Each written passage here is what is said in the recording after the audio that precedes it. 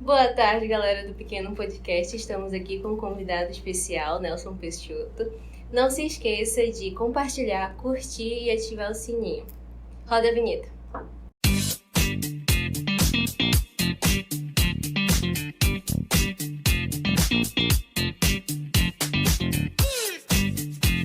Olá, pessoal! Hoje a gente está com um convidado especial, como foi dito. E hoje nós iremos receber Nelson Peixoto, ele que é especialista em filosofia, existência pela Universidade Católica de Brasília, UCB. É escritor e gestor da Aldeias Infantis em Brasília e Manaus. Ex-conselheiro da Defesa de Direitos da Criança e do Adolescente em Brasília e Manaus. Desde já, seja muito bem-vindo ao Pequeno Podcast. Muito obrigado. Apresentar assim essa pessoa não dá orgulho, mas dá aquela sensação que eu vim no mundo para servir, para descobrir talentos como vocês. Que esta tarde aconteceu, eu estar aqui participando deste podcast. Eu fico muito grato de poder e ser convidado para isso, dar a minha contribuição. Sim, tudo bem? Tudo. Assim, eu vi que sim, eu fiz a filosofia na Faculdade Católica, né? Assim, eu particularmente também sou católica. E atualmente eu tô na Pastoral dos Coroinhas, né? Assim, quando eu vi, eu fiquei meio animadinha, né? Assim, conta pra gente como é que foi um pouco da sua história, desde a sua adolescência. Como foi que o senhor se encontrou nessa onde o senhor está hoje, assim, né? Desde da sua interação com as ONGs, assim, se foi sim, desde quando o senhor era criança ou só veio assim mais na maturidade, digamos assim? Vamos dizer assim, a minha história foi uma germinação assim de uma flor, não uma flor bonita, mas uma flor, porque todas são bonitas, porque são flores. Eu nasci em Itapatiara e eu lembro muito bem que eu contemplava o rio que passava na frente, as mangueiras, aquele cheiro de manga caindo, aquele barulho, certo? Às vezes os navios passando, então as nuvens brancas lá no céu, então isso tudo me encantava, me fazia assim ser um tipo contemplativo. Eu era um menino, até quieto, certo? Mas também próximo a uma igreja. E o meu tio, ele era o pároco daquela igreja, Nossa Senhora do Rosário, que eu desde pequeno ia para lá e ficava encantado nas festas, que não havia lâmpadas assim de LED, mas havia pequenos candeeiros com papel celofane em todo o altar. Então aquilo me encantava, aquela contemplação daquelas luzes, certo? Era Nossa Senhora do Rosário, a grande santa daquele lugar. E até hoje eu conservo essa fé, essa alegria de viver aquela fé, e me levou muito longe na vida. Nossa, legal. Bom, uma segunda pergunta. Quem é que inspirava o senhor quando mais jovem? Você teve alguma inspiração, alguém que incentivou o senhor? Sim, muitas pessoas me incentivaram, né? Depois dessa minha experiência inicial, né, da infância, eu acabei indo para o seminário, porque eu tinha um irmão, que ele era escoteiro, mas também foi seminarista redentorista. E ele acabou sendo aquele que me chamou. Ele me inspirava, ele escrevia muito bem, ele falava bem. E eu resolvi também querer ser padre, missionário redentorista. E aí eu passei bons anos no seminário. E durante o seminário eu acabei me tornando, inclusive, padre.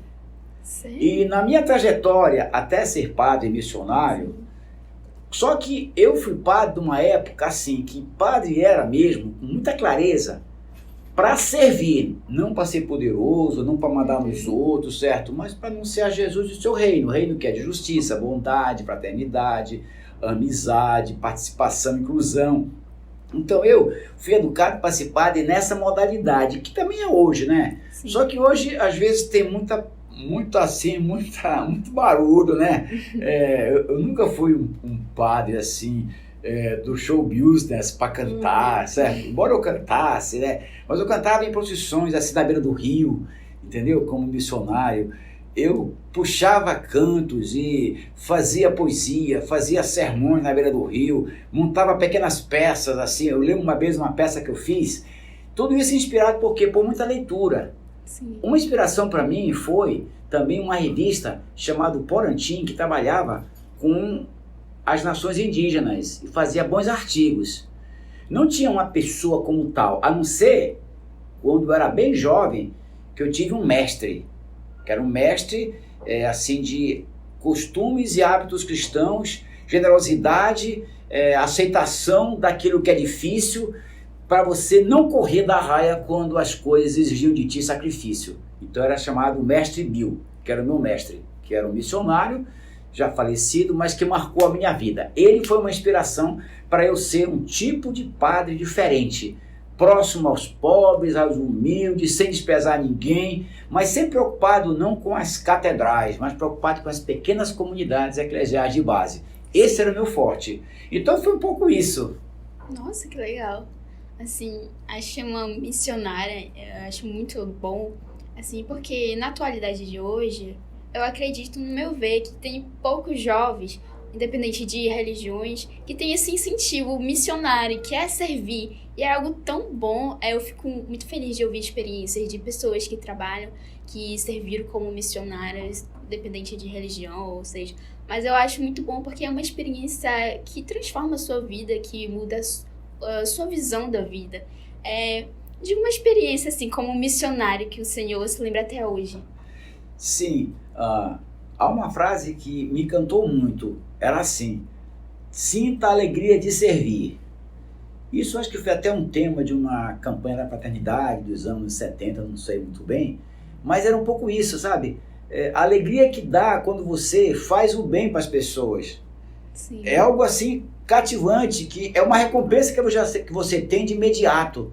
É como você fizesse assim, como hoje eu faço meus livros, quando realmente está pronto o livro, é uma sensação de vitória, sabe? De alegria. Sim. Mesma coisa assim também. Eu fazia uma viagem missionária em Beira de Rio. Eu tenho até um livro chamado Aventuras de um Missionário Caboclo. E aí tem muitas histórias assim, né, que eu conto. Tem uma história que eu me lembrei agora. Assim, chega numa comunidade, o pessoal recebe, né, o missionário, a equipe. Eu sempre trabalhei com equipe, inclusive uma equipe assim, que não era só para pregar o reino de Deus, ou seja, o evangelho, preocupado com a saúde do povo, com a educação do povo, com a situação dos lagos, se estavam faltando peixe ou não, porque grandes geladores iam lá tomar o peixe, certo? E era uma preocupação mesmo da vida humana daquelas pessoas. Sim. Porque uma vida humana, de verdade, da qual você se engaja, é vida cristã, completa. Jesus foi, antes de ser divinamente por nós professado, ele era humanamente presente com as pessoas, as pegadas deles. Então, eu incorporei um pouco isso. Ser como Jesus, sem nenhum mérito meu, tudo é graça de Deus, isso sim, tudo. Sim. Então, chega na comunidade, o pessoal me recebe, as crianças chegam, tal, eu canto, brigo uma com a outra, aí a gente sobe o barranco, estava seco o rio, sobe o barranco, lá em cima uma mãe disse: meu filho pequeno está sumido, sumiu, caiu na água. Aí o pessoal desce, entendeu? Arrasta flutuante, tira aquelas toras de pau de um lado de outro e não encontra a criança. Nossa. E aí eu percebi que o pai, meio machão, começava a culpar a mãe. Você foi responsável, não sei o quê.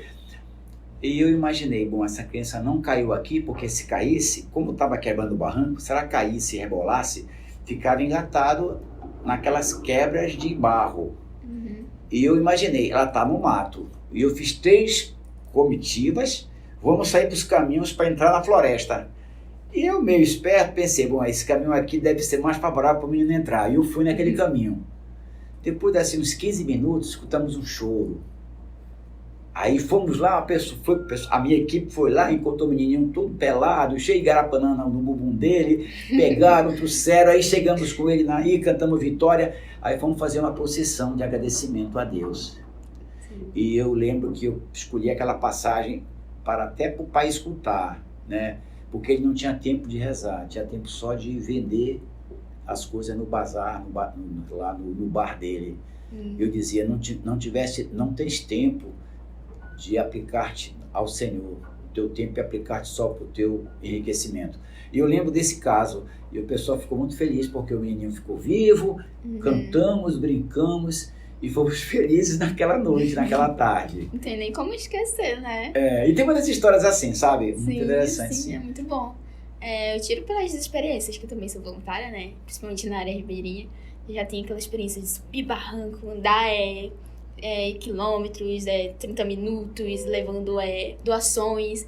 Então é uma aventura e tanto. Cansa, a gente cansa, mas é gratificante ver a alegria do povo, da comunidade em si, das pessoas. E eu acho muito bom quando a gente respira no final da tarde e vê, cara, valeu a pena tudo que eu passei pra chegar até aqui.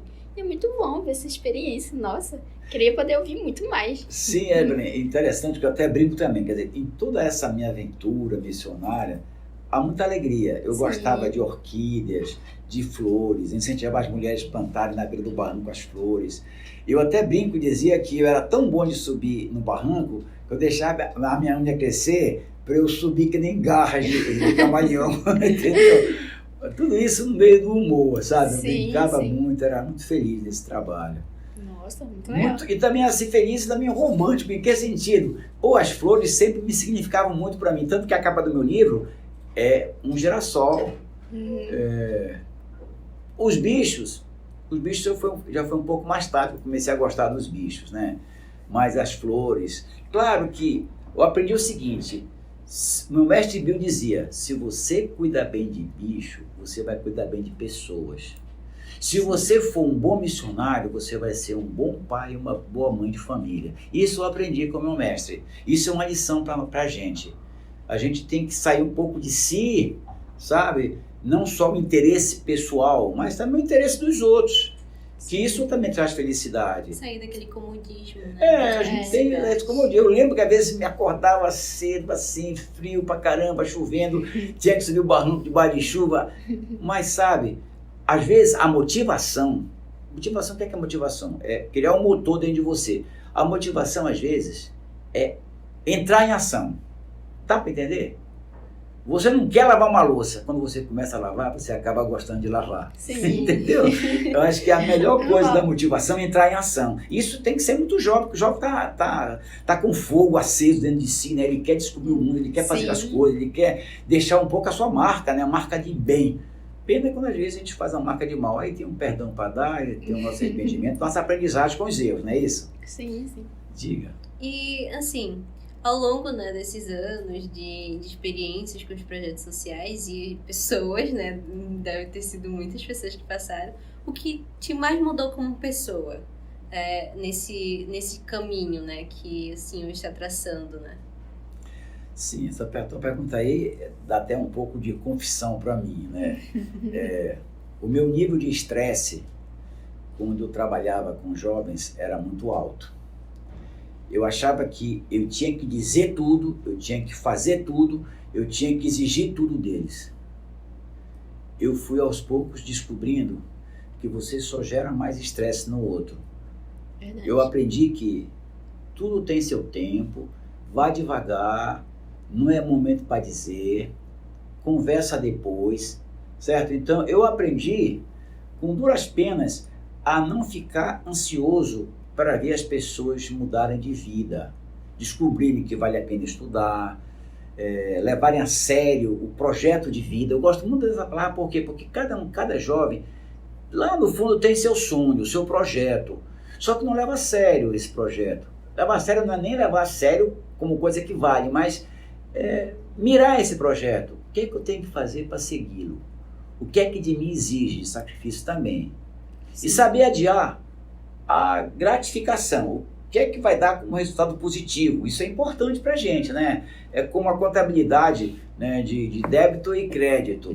Se eu só contraio débito, eu vou pagar mais tarde, então eu tenho que já ganhar crédito agora. Então agora eu vou estudar, agora eu vou me interessar pelos outros, agora eu vou me comprometer num trabalho social, agora eu vou ter coragem de entrar para aprender uma língua, aprender uma habilidade, como vocês estão já como jornalistas aprendendo uma habilidade. Sim. Se fosse outro, eu não sei, não, ninguém sabe, a gente aprende, tudo é aprendizagem na vida.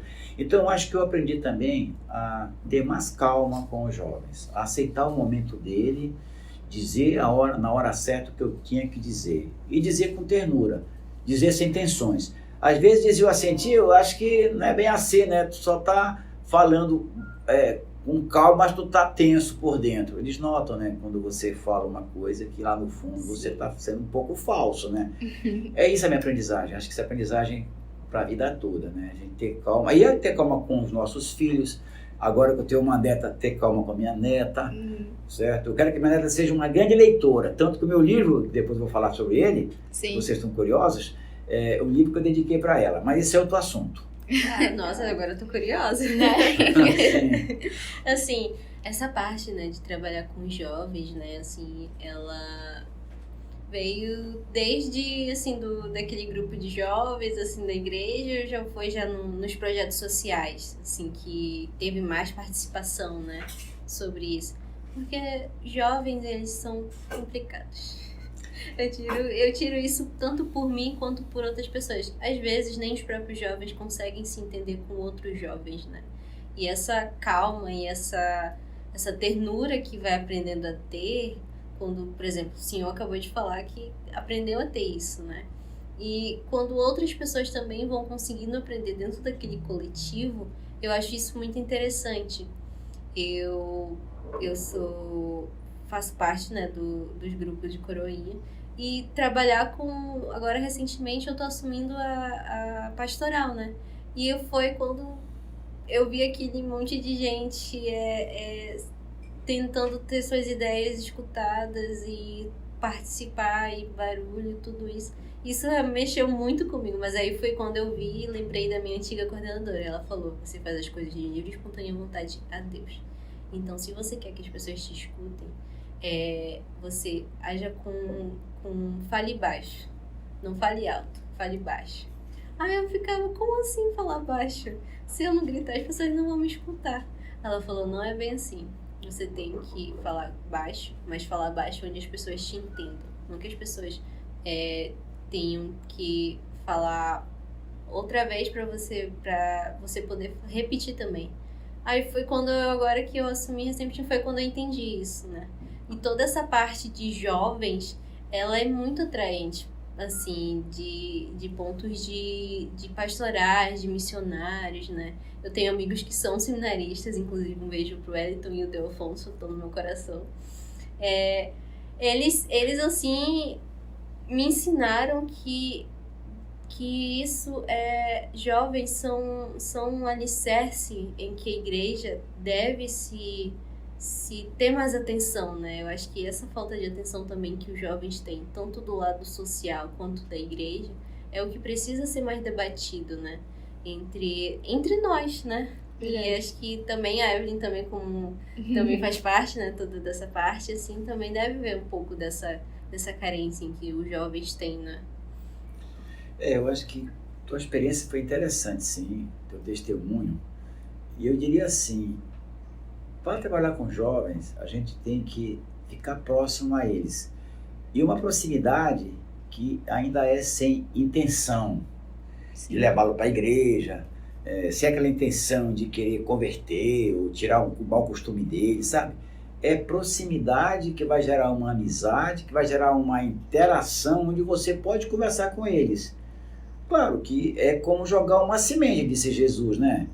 Pode ser que brote dentro de 2 dias, 5 dias, 1 ano, nem 1 ano, ou pode ser até que brote quando ele já ficar mais envelhecido. Verdade. Mas o importante é a proximidade dos jovens. E uma proximidade assim, sem muita intencionalidade, assim, com prazo, sabe? Assim, tem que ser já. Não. Você vai... É um valor ser amigo, é um valor mostrar-se humano para esse jovem, é um valor escutá-lo antes de falar para ele, isso é importante, ó, até dizem que não tem curso de escutatória, só tem curso de oratória. Escutar o jovem. Escutar não quer dizer que você já vai rebater, porque se não concordar. Ah, você pensa assim, que bom, eu penso diferente, mas eu posso pensar como você, e você pode pensar como eu, entendeu? Eu acho que esse diálogo é importante. A gente tem que aprender a sermos tolerantes uns com os outros e não ficar achando que tudo é certo ou errado, errado ou certo, sabe? Só minha opinião é essa. A minha opinião, não, eu acho que todos nós estamos em descoberta. O jovem nunca pode imaginar que já chegou no seu ponto final. Quando a pessoa se define, é o fim ainda, se define. Não, ninguém está no fim. Cada um é um projeto humano de vida. Então vai levar a vida toda também. A gente vai melhorando, a gente vai, às vezes, uma fase mais piorada. Mas o importante é que nessa convivência, e a minha experiência com o jovem foi também em termos de convivência. Era uma convivência um pouco aguerrida. Em que sentido? Que cada jovem queria ter o seu espaço, queria ter o seu protagonismo. Então, ou no esporte, entendeu? Ou na escola, ou na literatura, entende? Ou na contação de piada, ou no domínio da palavra. Era uma competição, cada um buscava o seu espaço. É difícil, né? Aí cada um tem que começar a ver, não, mas onde é que eu me dou melhor? Claro, tem que aprender a se comunicar, certo? Tem que aprender a ouvir os outros, tem que desenvolver habilidades, certo? E o importante para o jovem é você perceber, às vezes o jovem que é o monitor daquele grupo, perceber o talento dele, onde é que ele está mais assim antenado e ele faz melhor o serviço dele. Talvez começando por ali ele vai se animar, porque alguns são meio deprimidos, assim, nesse sentido de, não sei nada, né, comigo, eles ficam ali, por ali escondido, e a gente tem que ser, nós promotores da participação, do protagonismo do jovem, nós temos que desenvolver um pouco aquele talento deles, convidar para tomar conta de um certo serviço dentro da comunidade, é um pouco por aí, certo? Não tem receita, mas tem uma intuição de cada um percebendo o bem que quer fazer para os outros. Nossa. Entre projetos sociais, né, trabalhando com jovens, adolescentes, vou citar uma pergunta assim, bem mais específica. Como foi a primeira vez que você se viu em uma situação de querer ajudar uma criança ou uma família? Bom, muitas situações ocorreram na minha vida. Sim. Certo? Quando eu era missionário, eu não digo muito tempo atrás, porque, claro, né, eu, por exemplo, quando era criança, nós tínhamos uma obrigação lá em casa. A mamãe era vicentina, ela tinha lá o abrigo dos idosos, e nós irmãos, 3 irmãos, nós tínhamos que ser encarregados de levar comida para Dona Altina todos os dias. Só que a gente disputava, né? Pô, agora é teu dia hoje, não é meu dia, tal. Aí a gente, em vez de ir pela rua, ia subindo pelos muros para levar para ela. Então, isso era uma vontade que, poxa, nós estamos ajudando uma velhinha, né? Que precisa, não está sem família. Então, isso bem no passado. Até o nome dela chamava-se Dona Altina. Eu tinha um irmão, meu danado, eu até uma vez fiz também isso. A mesa era grande assim. Dona Altina, chegou o seu almoço. A gente batia aqui no lado da mesa, ela era cega. Aí ela batia aqui, ela vinha correndo. Dona Altina, tá desse lado aqui, Dona Altina. A gente dava a volta. Entendeu? A gente fazia de molecagem, né? Quem nunca? Mas na vida, depois já como missionário, a gente via, andava num barco, né? Um barco. Sim. Aí, no começo, digo para vocês sinceramente, me irritava um pouco o choro de criança. Até porque eu não tive irmão pequeno, né? Eu já quase um dos últimos. Me irritava o choro de criança. E aí eles pediam carona, porque eles iam remar talvez 2 horas, né, com a criança no colo, né? Aí eu dizia, não, mas vamos fazer isso, vamos dar essa ajuda. Entre, comadre, no barco que a gente vai deixar só no porto, entendeu? Então, me dava um pouco essa sensação, vamos começar a ajudar essa necessidade dessa senhora? Vai num sol quente, com guarda-chuva, entendeu? Bebê no colo. Então, são coisas pequenas assim que não dá trabalho para ninguém, mas dá uma grande ajuda para as pessoas. Eu acho que os grandes gestos não tem que ser grandes.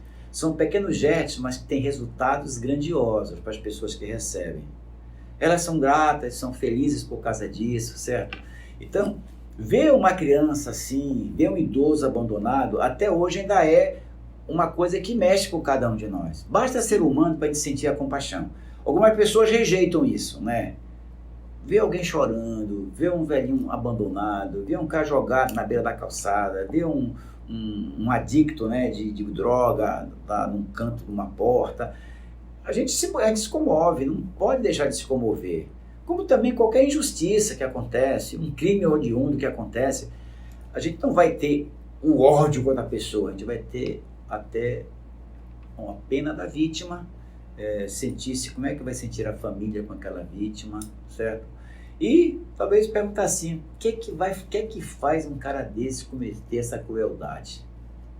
Entendeu? Isso é uma pergunta muito séria, que é o mistério do mal, né? Mas quando fala mistério do mal, não vem dizer para mim que é o demônio que tentou, não. Não, são problemas até mesmo psicológicos, certo? Psiquiátricos, que levam a uma loucura dessas, certo? Agora, é claro, né? Precisa reparar o mal que fez, até conter para não fazer mais, né? E dentro da lei civilizatória, né? O mal tem que ser reparado, não é que tem que ser vingado, tem que ser reparado. Não pode acontecer assim, até para ter uma lição, né? Na sociedade que não se é permitida, não é civilizado maltratar os outros. Agora, né? Infelizmente, a gente, quando é educado, a gente aprende a cuidar das pessoas, a tratar bem os idosos, né? E às vezes a família falha nisso. E ainda bem que tem os grupos de jovens que podem reeditar um pouco essa educação, né? Essa forma de dizer. Aí são os jovens que já vão ajudar os pais. Pai, tenha mais calma, não diga isso sobre essa pessoa que está na porta pedindo comida. Não tem por que dizer que ele vai comprar droga, não. Pode ser que ele vai comer também, né? Entende? Um pouco por aí, tá? Sim, a gente tem que ter compaixão, sim. Sim, realmente. Empatia. Né? E, empatia. O mundo precisa muito de empatia. Bem, o senhor morou em Manaus, né? E fui dar uma pesquisada também, né? Claro. Assim, o senhor foi voluntário, né, no projeto Aldeias Infantis e SOS Brasil, né? Como é que foi participar desse projeto, né? Qual foi o primeiro contato que teve com o projeto? O primeiro contato foi muito interessante. Eu acabei de me casar, escolhi uma rua deserta e a última casa para morar com minha mulher. E bem na frente, um dia eu vi um grande terreno sendo ocupado, não é invadido, ocupado por sem terra, ou sem teto. E eu ouvi falar que aquele lugar seria para uma creche. E eu fui lá tentar convencer, cara, vamos ocupar o terreno dos poderosos aí, que só querem ganhar dinheiro. Aqui vai ser para uma creche para a comunidade. E não foi para a creche, era o terreno das aldeias infantis que eu descobri depois. E ficava em frente de casa. Um belo dia, no domingo, tinha acabado de ser voluntário de um curso de Bíblia que eu estava dando. E aí eu chego em casa e vejo jornal. Procura-se administrador pedagógico, projeto com crianças e adolescentes. Aí eu disse, cara, isso aqui vai. Eu só dava aula à noite naquele tempo.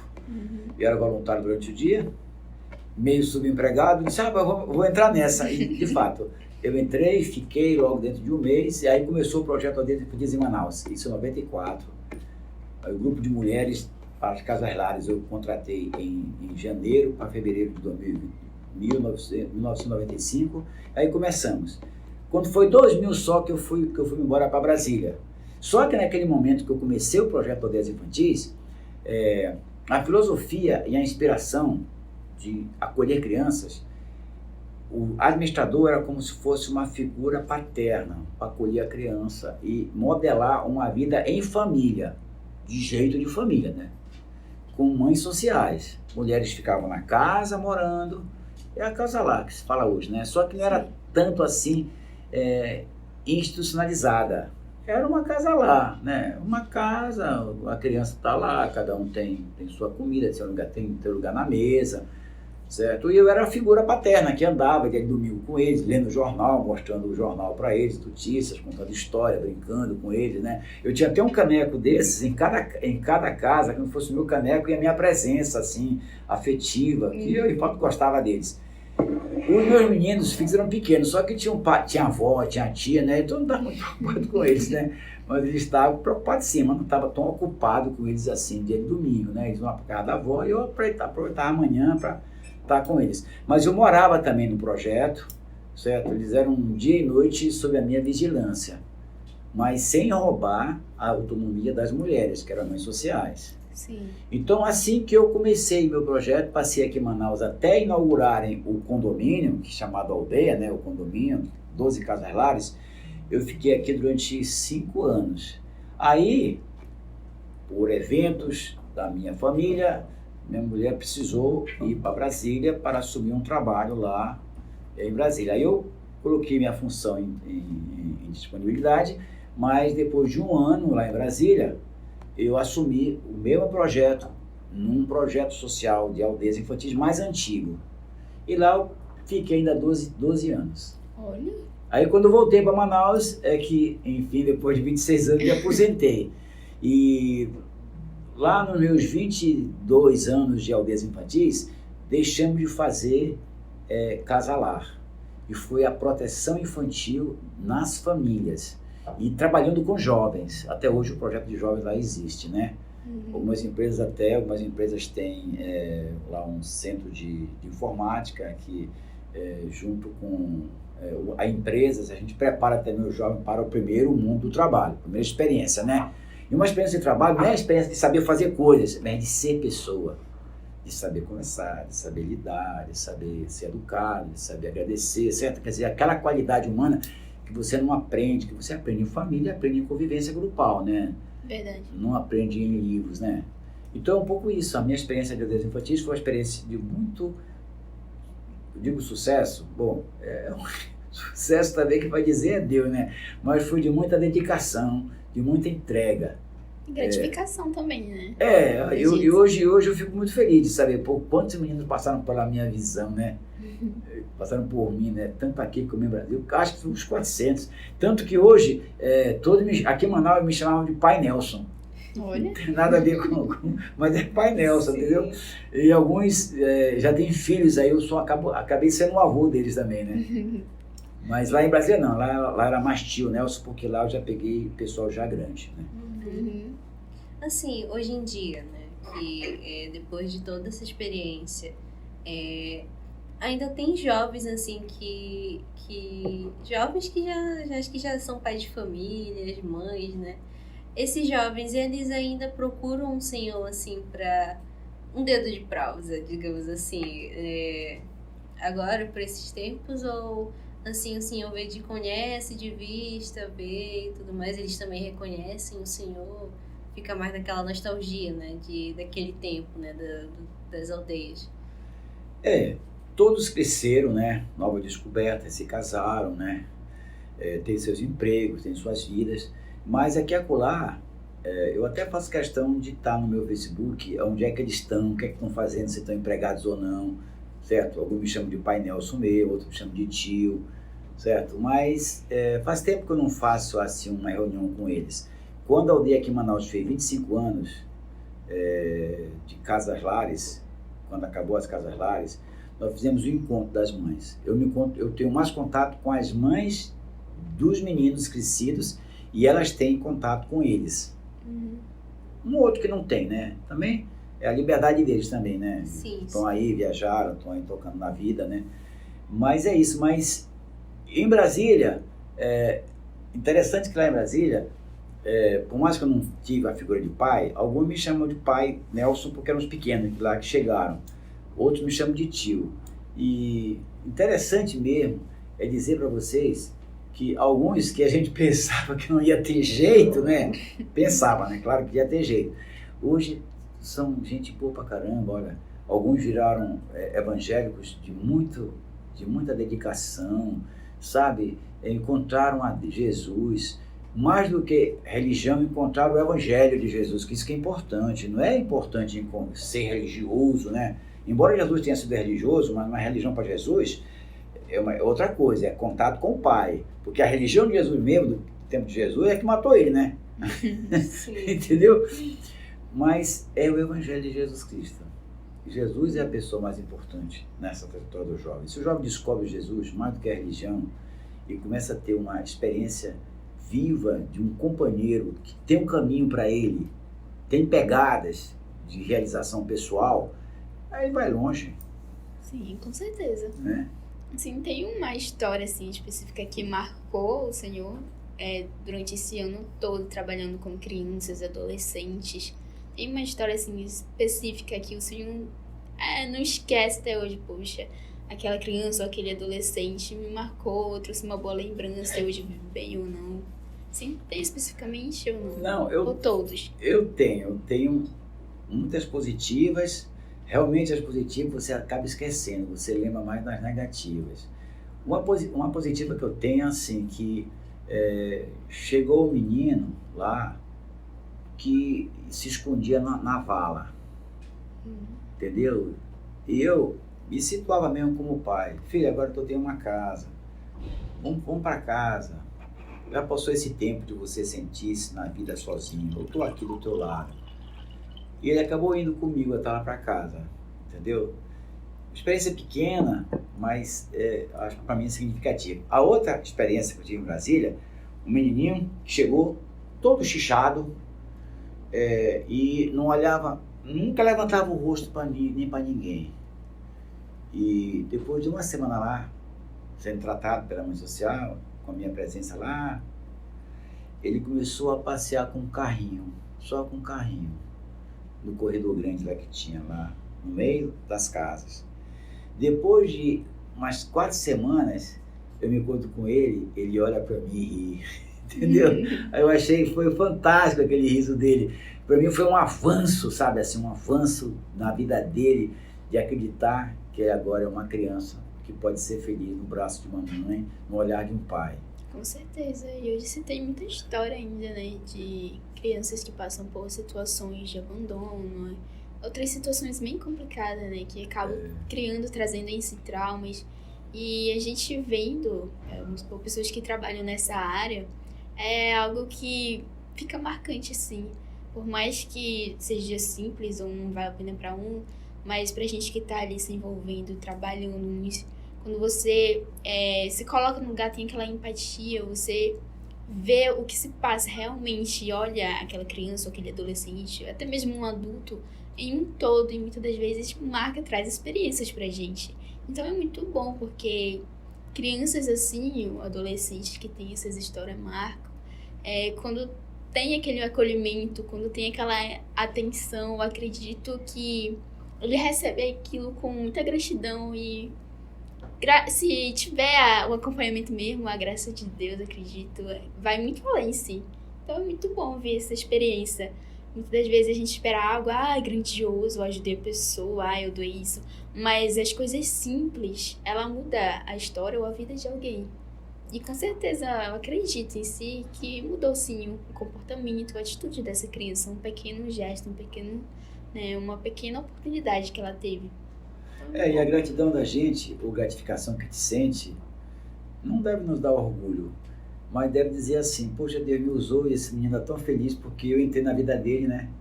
Ou essa menina, ou esse jovem, né? Aí fica aquela motivação de continuar mais, né? É isso aí, né? Isso que é no meu livro aí sobre as aldeias infantis, chama-se Pegadas e Luzes da Caminhada. As luzes são as mulheres. Elas trouxeram luz, elas resplandeceram no rosto das crianças, no coração delas. E elas se desenvolveram, até muito mais do que eu, entendeu? Porque elas eram todo dia lá com elas mesmo, dando banho e crescendo, indo para a escola, levando para o médico, certo? Fazendo comida, educando assim mesmo no pontual de casa, certo? Elas foram luz na vida deles. E tenho muito orgulho, por isso que eu dediquei a parte do meu livro para falar sobre 15 delas, 15 mulheres. Nossa. Claro, eu escolhi 15, mas eram muito mais de 15, né? Teve um tempo, Brasil, que eu tinha 18 casas, lares, tanto no condomínio como nas cidades satélites. Aqui em Manaus, não, aqui em Manaus tinha 12 casas, 13 casas até, com uma casa de jovens. Então é isso, né? A gratificação é gratidão de ter a Deus escolhido a gente, vocês, no que vocês fazem agora, nessa temporada de jovem, do que eu já fiz nos meus 72 anos passados, né? Isso é muito bonito, sim. Muito bom. Hoje, para mim fazer um voluntário, como eu morei assim, no interior, eu trabalhei um pouco com crianças.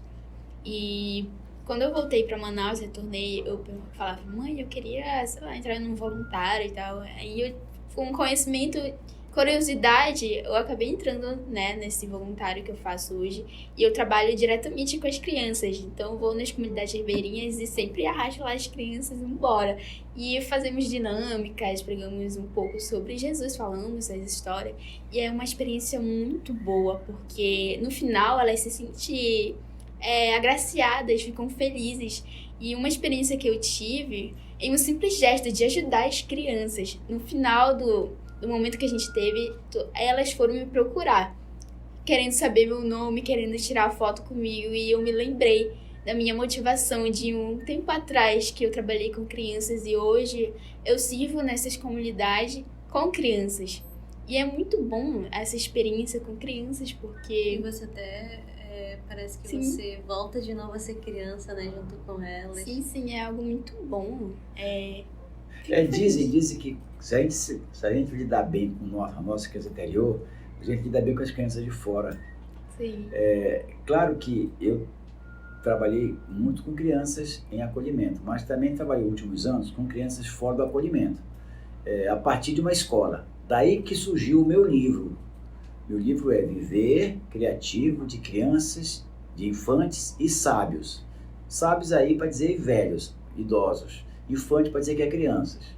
Então, o que aconteceu lá na aldeia, ou no condomínio, ou na vila, né? Na vila infantil, espaço grande, eu criava bichos e plantava flores, as crianças colhiam sementes, brincavam com os ratinhos lá, brincavam com os coelhos, corriam atrás das galinhas, certo? Eu queria até porco lá, mas eu tentei colocar em porco-coleira, mas não seguro não. Não seguro. Mas as crianças adoravam. E como isso desenvolveu as crianças, desenvolveu aqui o contato com a natureza, desenvolveu muitas crianças. Elas ampliaram a imaginação. Claro que os neurônios, na fase da primeira infância, é muito importante desenvolverem as experiências diversas que eles têm. E a natureza, ela tem um potencial louco para desenvolver as crianças. Desenvolver o afeto, desenvolver o cuidado, entendeu? E aí o meu livro é um pouco sobre isso. O potencial que a natureza tem para desenvolver as crianças. E ao mesmo tempo, a relação da criança com o adulto.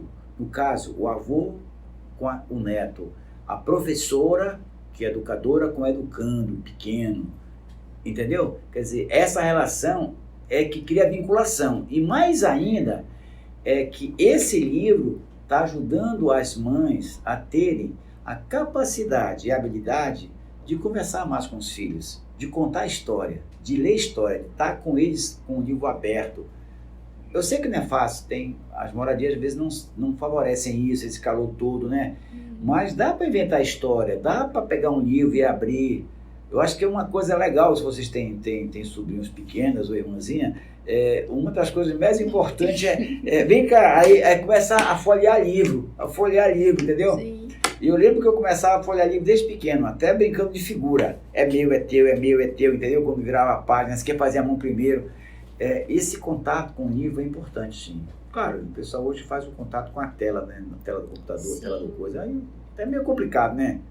Dizem que os grandes homens que desenvolvem a internet, a tecnologia digital, nenhum filho deles vê televisão e vê essas telas, porque eles sabem que isso aí também é prejuízo, né?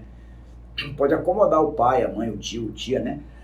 Para dar sossego, mas não é legal. É melhor inventar coisas. Colocar água em balão, deixar ele amassar, entendeu? Dar uma lixa para ele sentir que está diferente. Isso desde pequeno, entendeu? Comer a fruta, deixar se sujar, não tem problema não, entendeu? Então essa experiência com a natureza, com a vida, é muito importante para desenvolver as crianças. Desenvolver, sobretudo, o cérebro. Isso Sim, que é importante. Né? Os neurônios têm formação, estão numa plástica tremenda, de uma velocidade. Isso vai ser determinante para o futuro delas. Por isso que o meu livro é para a primeira infância, mas no fundo é um modelo pedagógico para desenvolver as crianças que vai repercutir a vida toda. Certamente, uma criança bem cuidada na primeira infância, ela vai ter uma juventude mais tranquila, tenho certeza, vai ter mais interesse, vai ter um repertório maior. O que é repertório? É como se você só conhecesse a cor vermelha. Ah, mas tem um azul, descobre que tem o amarelo, entendeu? O verde. Você, até quando você começa a ficar triste, que é normal, né?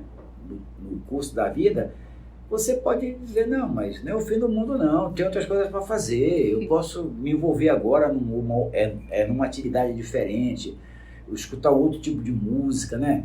Sim. Posso me interessar com outras coisas. Aí descobre também o seu bairro, descobre a sua comunidade, descobre outras coisas mais, né? No crescimento da própria vida. Então, uma criança com uma infância bem protegida pode ser um jovem mais feliz e vai levar mais tempo nos estudos e vai ter projetos de um dia desenvolver e ser útil na sociedade. Vai ser um cidadão. E o cidadão humano mesmo é um cristão. Não tem que estar com o selo, eu sou cristão. Só tem que ter bondade, justiça, alegria, fraternidade, entendeu? Compaixão, e tudo isso é que Jesus falou, né? Não tem que saber o catecismo de qual é salteado para ser cristão.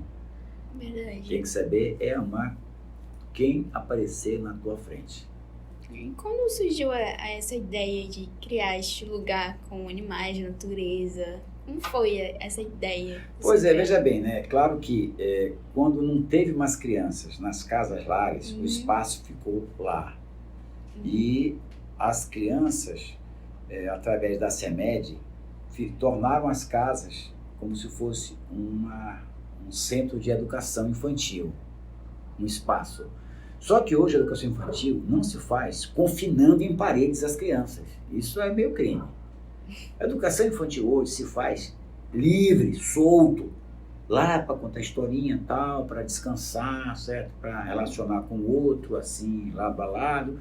Mas eles têm que estar solto, tem que estar pegando sol, tem que estar colhendo flores, tem que estar plantando milho, entendeu? Tem que estar brincando com um passarinho, tem que estar contando histórias. E por falar contar história, durante a pandemia, sabe o que eu fazia? Que não tinha mais gente lá, eu fazia pequenas gravações de história, inventava. O boi da cara verde, e a cara verde era um monte de manga, de abacate que estava no chão. Aí o boi chegou lá e queria comer o abacate, deixou o velhinho com fome. Aí o boi espirrou, ficou a marca na parede da cara dele.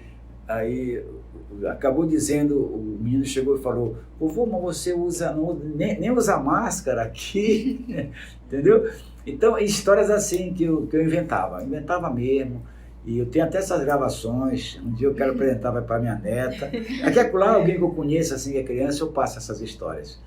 Então, essa é a inventividade. Por isso que eu vi que valia a pena eu usar aquele espaço para criar galinha, para criar porco, entendeu? Não era assim, em grande escala. Só foi em grande escala foi os frangos que eu cheguei a ter, eu acho que uns 150 frangos, assim. Aquelas garnizé, entendeu? Que põe ovo. Passei pela fase das codorninhas, aquelas codorninhas, né? Codorna. Sim, que são pássaros pequenos. Codorna. Só que os gatos não davam conta, os gatos metiam a mão lá, puxavam, e aí, final. Mas era um barato ver as crianças de cada casa e colher os ovinhos lá, entendeu? Levar para fazer uma farofa. Isso tudo é uma experiência. Inclusive, quando houve aquela campanha na pandemia, além da cesta básica, a gente colocava mais um frango vivo. Para levar. Então essa experiência começou assim, esse livro nasceu disso, dessa experiência. E as crianças, elas vão aprendendo o ciclo natural, né, da vida. É um aprendizado realmente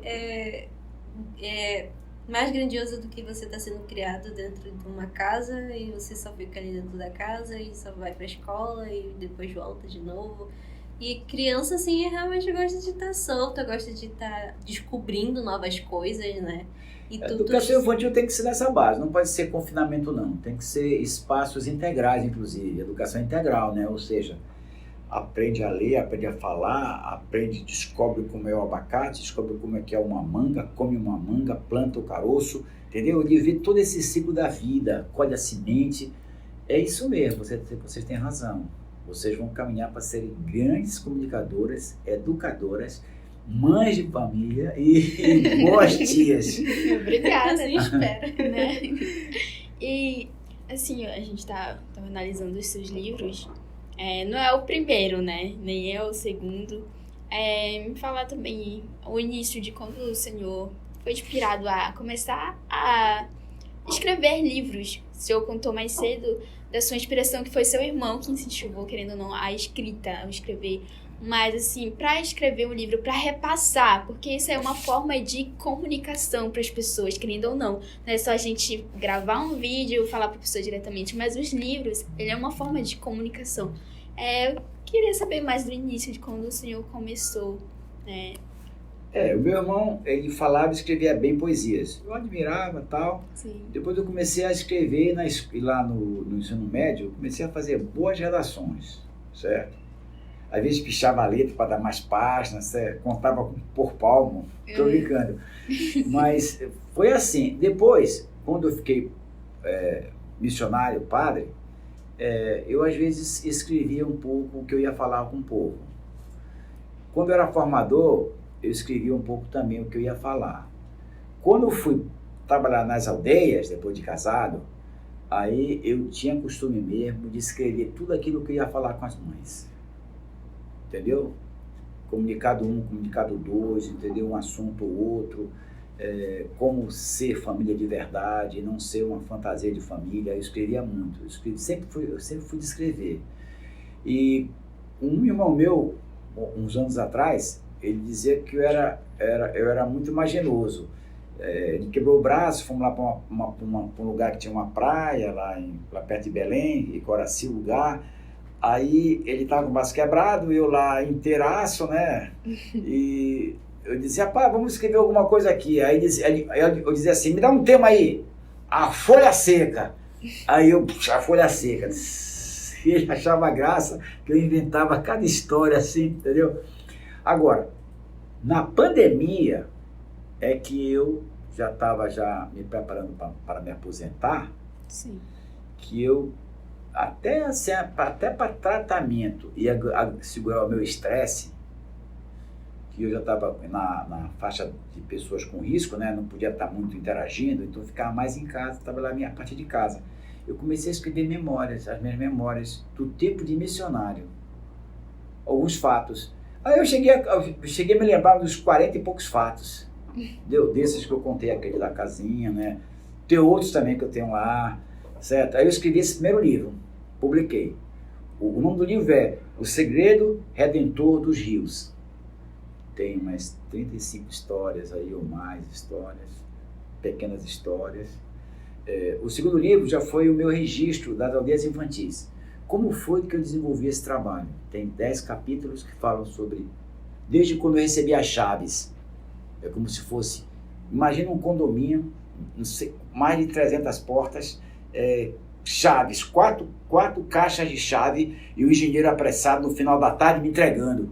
E aí eu escrevi um pouco sobre isso, o que significou para mim eu ter essas chaves, e aí né, o que eu ia abrir, né, de possibilidades para as crianças. Então eu vou por aí. Aí vai, né, os caminhos, aí meu tempo em Brasília, meu tempo que eu fugi da cidade Brasília para ir para o interior, para tentar uma experiência fora da cidade, lá em Goiás. E eu fui escrevendo meu tempo de participar do Centro de Defesa das Crianças, do Conselho Tutelar, dos Conselhos de Direito, certo? Eu escrevi muito a partir daí também, trabalhei muito aí, junto com os Conselhos Tutelares, eu dei muito apoio. Então tem muita coisa escrita aí. E em Brasília nós ficamos umas 3, 4, nem tanto, porque já foi minha colega. 4 vezes nós fomos eleitos para ser do conselho. Então a gente trabalhava no conselho e eu escrevia muito sobre isso também. E assim foi, eu tenho um blog, hoje eu tenho um blog também que eu faço várias coisas aí, eu escrevo hoje. Eu tenho inclusive um livro que eu fiz para uma senhora que vai fazer 80 anos, dia de São Francisco.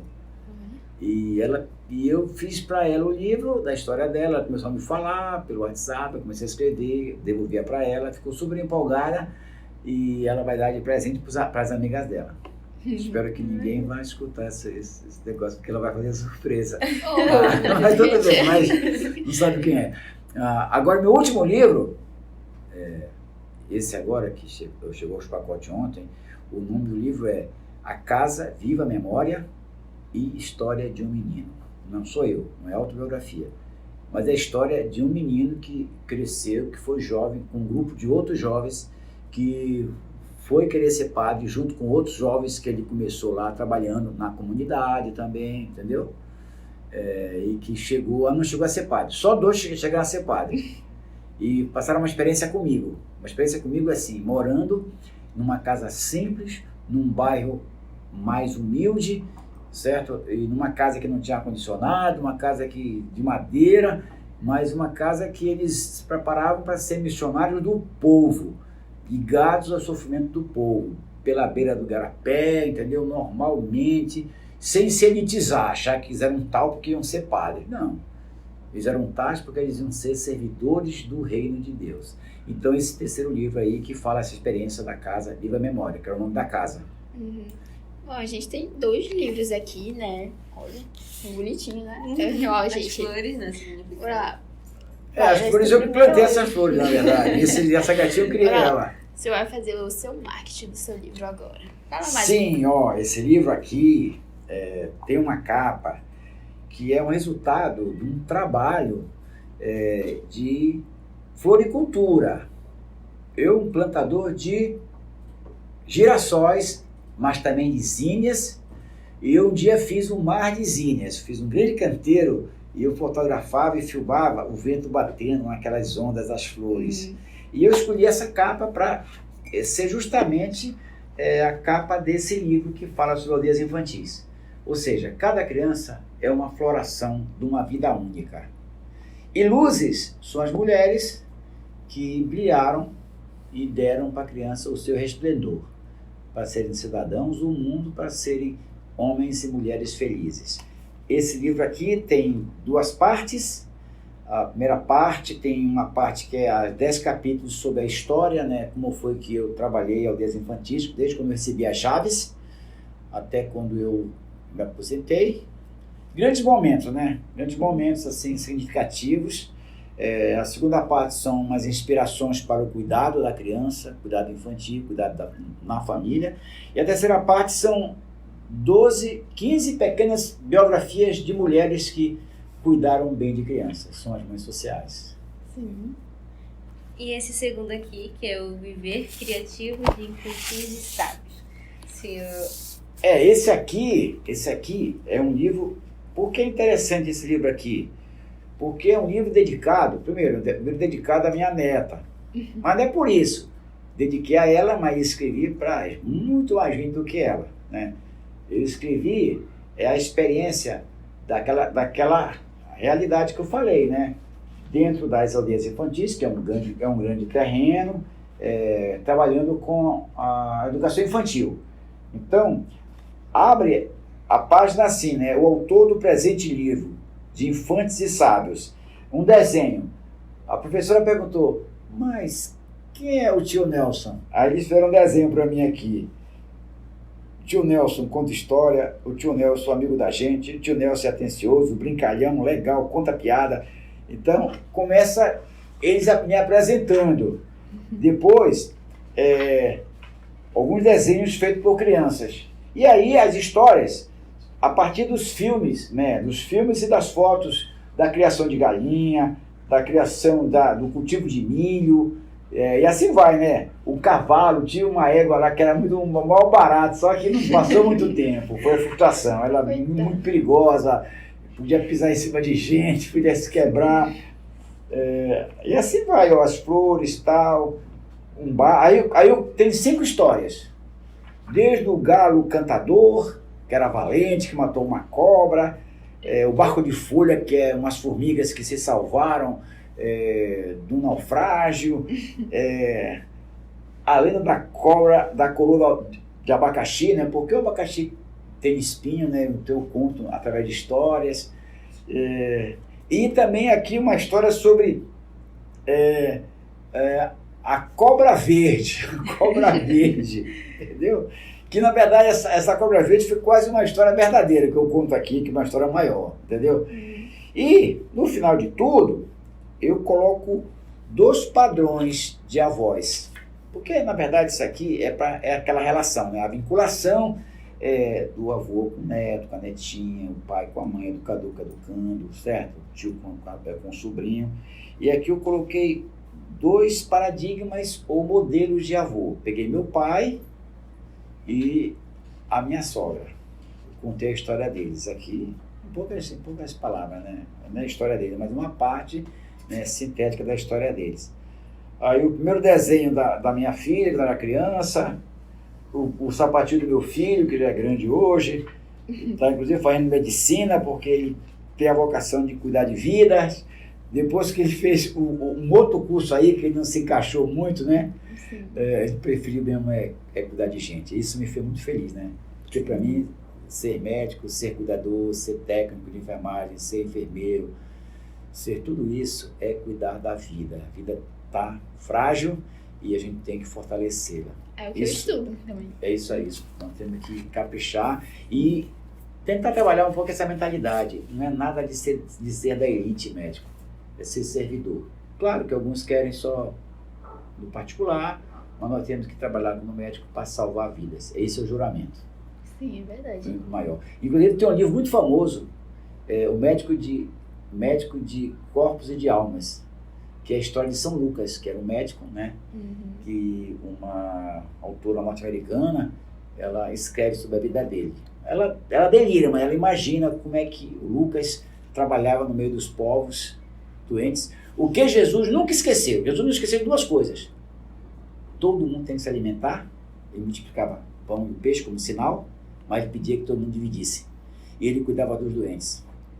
Expulsava até demônio, mas não é bem demônio de chifre, não. Demônios são doenças também psiquiátricas, certo? Sim, doenças de exclusão, de abandono, que as pessoas acabam se curando quando alguém chega perto e diz: eu te amo, eu te cuido, eu quero que você tenha sucesso. Então, um pouco isso esse livro, tá? Saúde e vida. Bom, para finalizar, né? Já está cedo demais.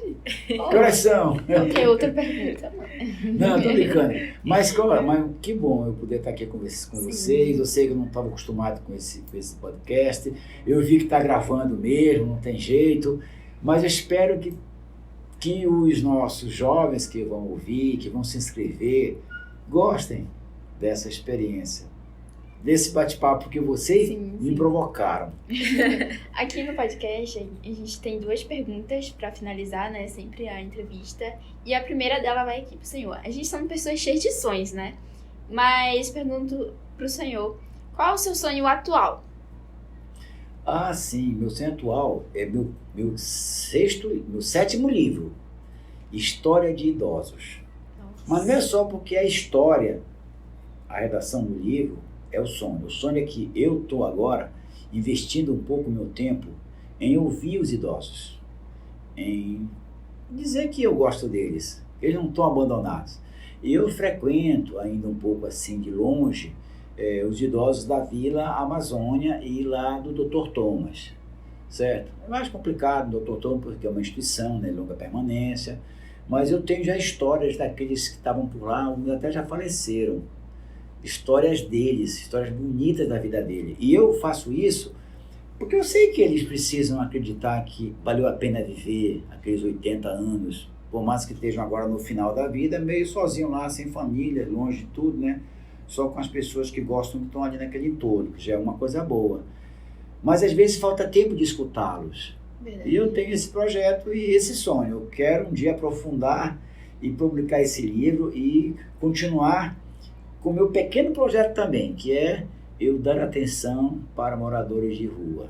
Esse é o meu sonho. Não quero fazer muita coisa não, só quero dizer que eles têm valor, que eu posso fazer uma sopinha para eles de vez em quando, que eu posso dar uma panela para eles fazerem lá no pé da árvore um frito, entendeu? Mas é isso, eu acho que é assim que eu quero acabar meus dias. Fora também das coisas que Deus tem colocado na minha frente, né?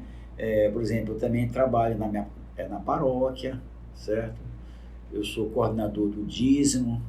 Não é bem a minha paróquia, eu quero a minha paróquia, entendeu? Eu quero a paróquia que está mais geograficamente ligada a mim. Ela é um pouco diferente, certo? E eu quero uma paróquia assim que seja de pessoas simples, sabe? Não que não seja, mas que não seja só aquelas pessoas que vão sempre para a igreja, porque para mim não interessa ir para a igreja, a gente tem que ser comunidade. Não adianta querer encher as catedrais, as igrejas. Nós temos que multiplicar esse aconchego ao redor da palavra de Deus, por Jesus, nas ruas. Aqui Isso é uma acolá. igreja de saída, né? É, igreja de saída, a igreja que tem umas 4, 5 famílias que vão rezar, vão conhecer Jesus, vão se comprometer com Ele, vão reparar as pessoas que estão por perto, sabe, em dificuldade, que vão dizer, pô, eu posso dar uma força, solidariedade, fraternidade e justiça, é o que a gente quer nesse mundo, né? E eu sonho com isso também, poder contribuir. Querendo ou não, é missão. É pouca coisa, missão, mas eu acho que Deus... missão. E eu estou grato porque Deus está me dando saúde para isso, Sim. e eu quero reconhecer essa saúde que Ele me dá é para eu servir os outros. Assim, a segunda pergunta de lei, né? Quais os seus sonhos para os jovens? Pro jovem, eu falei só dos velhos, né? Não, pro jovem assim, acho que eu quero que os jovens possam fazer coisas tão legais agora enquanto estão com saúde, que eles possam se lembrar para a vida toda, que valeu a pena ser jovem, e não se arrepender porque foram jovens, já estão ficando velho. É que a vida de jovem seja tão significativa, cheia de empreendimentos, de ternura para com as pessoas, e de pequenos projetos, que eles vão ficar velhos e não ficar achando que não valeu a pena viver. Não. Vivi, valeu, fiz o que foi, o que foi possível, podia fazer melhor sim, podia fazer, mas a gente é muito limitado também, né? Então, que tenha o jovem hoje envolvido em ações sociais, em projetos de solidariedade, que possam guardar essa experiência para a vida toda, e não como o velho ficar triste, pô, não fiz nada e minha vida já se foi. Tem história para contar pro neto. História para contar pro neto. Isso Fica a aí. dica aí, pessoal. Principalmente os jovens, né? Então é muito bom quando a gente tem esses incentivos, porque a gente é jovem, querendo ou não, de uma certa forma, precisamos ser incentivados, ter algo assim que nos motiva. Então é muito bom ver. Quem dera, acho que todos os jovens, ainda mais adolescentes que estão ali, tem um pensamento muito, vamos supor, aéreo, estão ali com mais curiosidade em outras coisas, mas quando a gente recebe esses conselhos, essas informações e guarda, vai servir muito na nossa vida como adulto. Ainda Então, mais hoje em dia, né? Nesse nessa transformação que o mundo está passando, né? Nessa era da Verdade. tecnologia e tudo mais. Às vezes desacelerar um pouco e você prestar atenção na natureza e na vida com mais prestar atenção mesmo, né? Naquele canto do passarinho que a gente escuta toda manhã, mas a gente nunca presta atenção porque a gente está atrasado para algum lugar ou a gente tem que cumprir meta. Às vezes desacelerar é o que precisamos, né? A gente como jovem, né? Porque quando dá, a gente já tá velho e, caraca, o que eu fiz? Apenas correu, né? Correu, Só não apreciou correu, uma cachoeira, não apreciou... Verdade. E não foi amigo das pessoas, né? Tão importante ser amigo, né? Ser próximo às pessoas, né? E não ter medo das pessoas, né? Às vezes a gente pode ter até medo, assim, né? Eu confesso que às vezes eu tenho medo de chegar assim, os caras estão bebendo cachaça na beira da calçada, eu tenho um pouco de medo, mas não vou fazer nada com eles, não vou denunciar. Se eu ver algumas coisas, eu não vou ficar divulgando, fulano de tal, entendeu? Vou lá ser amigo, né? Eu não sou polícia, não nada. Eu sou o irmão. E a polícia também faz coisa boa, né? Não é que são ruins, né? E são protetores também dos outros, né? Agora, é claro que tem pessoas que perdem a cabeça, né? Quando usa droga, né? Realmente. Às vezes machuca sua família, né? Sobretudo, né?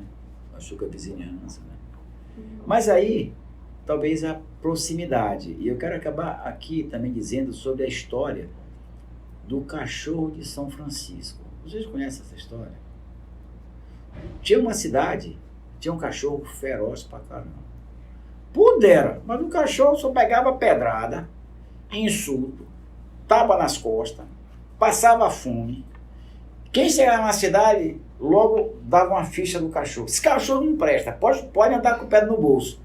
Só depois que chegou na cidade, não precisa disso. Foi devagarinho lá e o cachorro ficou amigo dele. O cachorro queria ter amizade, o cachorro queria atenção. Aí ele o cachorro desprogramou a sua mente. Esse vem mais um que vem para me bater. Ele desprogramou, não, esse aí vem para me dar carinho. Assim que tem que ser, acho que a gente tem que ter calma. Não que o jovem seja cachorro, Mas às vezes a gente às vezes fica condicionado.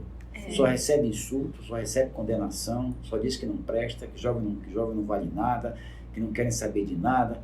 Não, vamos acreditar. É uma fase que pode passar, e muita gente passa. Eu conheço muitos jovens que essa fase passou. Verdade. Vamos confiar no jovem, confiar na vida. Querendo ou não, todos têm a oportunidade de ter um futuro bom, né? Então, é muito bom. Foi uma honra ter você aqui, né? Compartilhar essa troca de informações. Não de experiência, porque a gente tá começando, né? Bem no comecinho ainda. Mas Valeu. essas informações, assim, é bom pra mim como pessoa, acredito que pra Casey. Pro pessoal que tá em casa, que vocês possam ouvir, né, um pouco dessa história. É muito bom mesmo compartilhar isso. Foi um prazer ter você aqui, tá? Desde já, pessoal, curte, comenta, ative o sininho, compartilhe e se inscrevam no canal, tá ok? Até o próximo capítulo. Tchau, tchau.